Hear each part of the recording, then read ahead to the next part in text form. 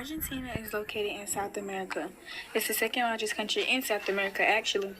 The country takes over the southern part of the continent. Argentina is 2,007,036,690 square kilometers in size. Wow, that's really a lot. It's bordered by Bolivia, Paraguay, Chile, and Uruguay. The capital city is Buenos Aires, which has 13.3 million people. The climate is mostly temperate arid in the southeast and subantarctic in the southwest. Argentina was one of the most highly developed countries in the world. Argentina is one of the most wealthiest countries. Their per capita income was in the top 20 in the world.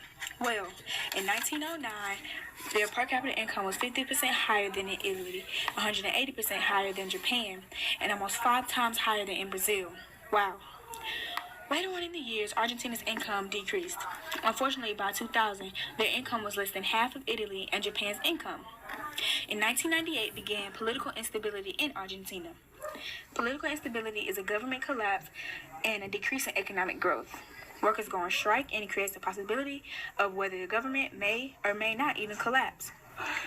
Well, after the 2001 default, the country went into its worst recession in history.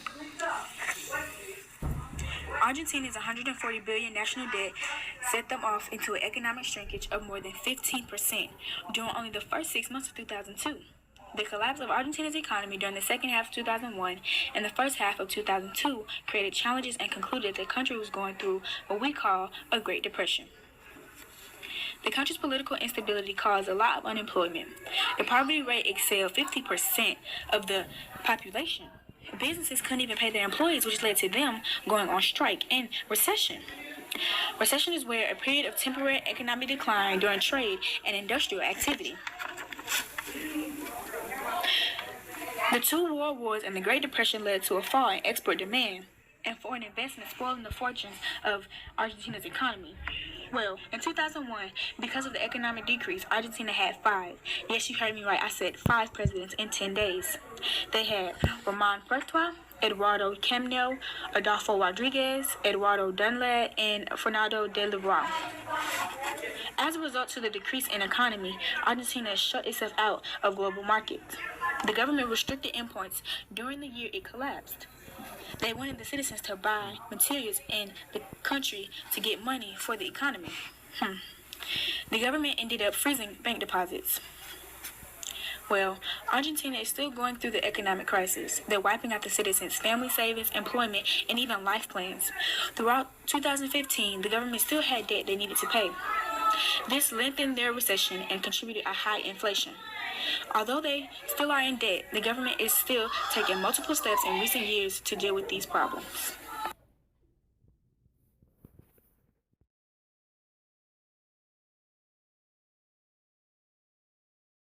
Desde el 76 a la fecha, todos los gobernantes han sido ladrones. Se llevaron todos los ahorros que yo tenía, que eran 10.000 y pico dólares.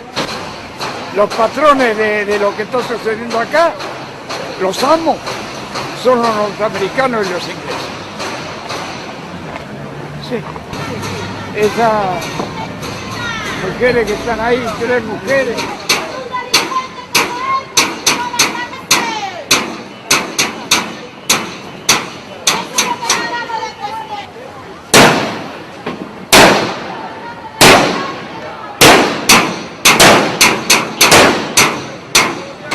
Yo armé una pandilla de expertos para robar y así pude liquidar al país y a toda la clase media. No me chupamos las medias, ¿cómo los iba a manejar? Argentina's government is expected to lift restrictions on people withdrawing money from their bank accounts on Monday. The limits were imposed almost a year ago to prevent a banking collapse when the country's economic crisis began. Despite a gradual return of confidence in the banks, the poorest quarters of the population continue to suffer extreme hardship. The pitiful face of poverty in Argentina. The country's hardship is taking itself out on the poorest, the weakest. This is the hospital in Tucumán, one of the areas hardest hit. 10 children died here recently because the country is too poor to feed them. This girl is 9 years old. Her body is weak as a 90-year-old's. There are children like these in hospitals scattered across the country. In some areas, more than half the children are malnourished. The government is not blind to their suffering. On Friday, President Dualde announced Operation Rescue, a kind of early warning system in communities to guarantee help to families in need. The president's wife herself will run the scheme. Here she tells people to organise warnings of malnutrition cases so they can get help in time. But they can't give what they don't have, and help has to come from outside.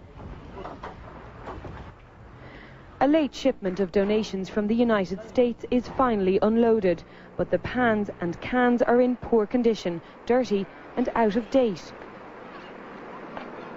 President Dualde is looking for the International Monetary Fund to commit aid on a much bigger scale.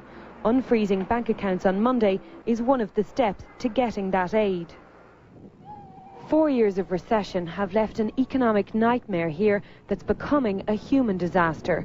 It will take time to save Argentina's economy. Looking at these faces, it's clear there may not be quite so much time to save some of Argentina's children. Gillian Nichali, BBC News.